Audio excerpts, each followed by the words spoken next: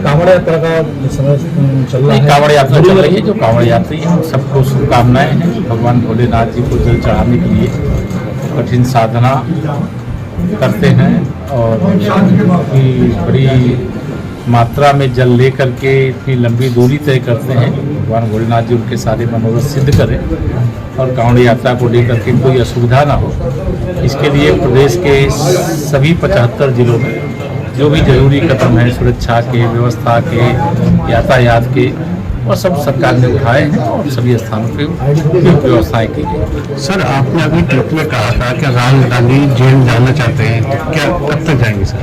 ये तो देखिए जमानत पे जो होता है, जब कोर्ट जमानत निरस्त कर देगी उस दिन जेल चले जाएंगे। जैसे उनको जेल की याद आ रही है तो जेल की जो याद आ रही है वह जेल जाने वाले काम किए हुए हैं कि माननीय न्यायालय को निर्णय लेना है, न्यायिक प्रक्रिया का हिस्सा है। तो जमानत पर है, जिस दिन उनकी जमानत को निरस्त करेगी, जिस दिन उनको सजा होगी उस दिन उनकी जेल की यात्रा शुरू होगी। लेकिन लगातार पराजय दर पराजय से कांग्रेस बौखलाई हुई है।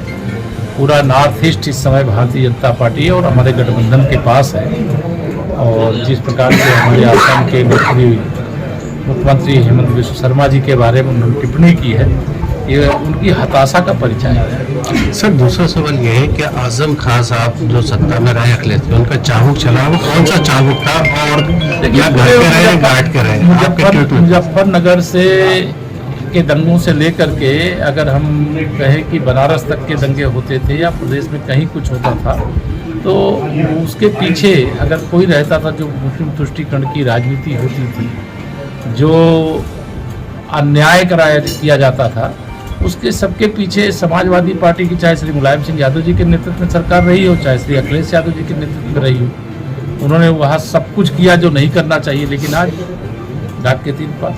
सर, प्रदेश अध्यक्ष और राष्ट्रीय अध्यक्ष का बाजार गर्म होना आपका नाम चल रहा है, सर क्या कहेंगे? हाँ, मुझे कोई बताया है कि, और मैं आपको भी बताया दे रहा हूँ कि भारतीय जनता पार्टी का जो राष्ट्रीय अध्यक्ष होगा वो कोई भाजपा का कार्यकर्ता होगा, देश किसी प्रदेश से होगा। प्रदेश का जो अध्यक्ष होगा वो भी भाजपा का कार्यकर्ता होगा, प्रदेश के किसी जिले से होगा। प्रथम आपका नाम चल रहा है, चलता है, आप लोग चलाते हो, कोई चलाता नहीं।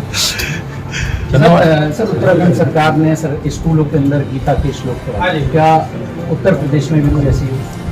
ये श्रीमद् भागवत गीता पढ़ाने का जो भी निर्णय मुझे मालूम नहीं है, अगर लिया गया है बहुत सराहनीय है। अभी उत्तर प्रदेश में जब इस पर विचार होगा तो देखेंगे, लेकिन अभी इस पर विचार नहीं हुआ है। लेकिन कहीं पर भी कोई अच्छा काम हो रहा है उसका स्वागत है और श्री पुष्कर सिंह धामी जी और उनकी सरकार को बधाई। सपा सांसद कह रहे हैं कुरान और बाइबल भी पढ़ाई जानी चाहिए। वो तो कहेंगे पढ़ाई जानी चाहिए, लेकिन उस कुरान और बाइबल पढ़ाने और पढ़ने वालों का अंतर है ना। वहाँ जो पढ़ाया जा रहा है उसके पढ़ाने के पीछे का उद्देश्य अलग है और जो कुरान और बाइबल के पीछे का उद्देश्य अलग है, तो दोनों का उद्देश्य अलग अलग होता है।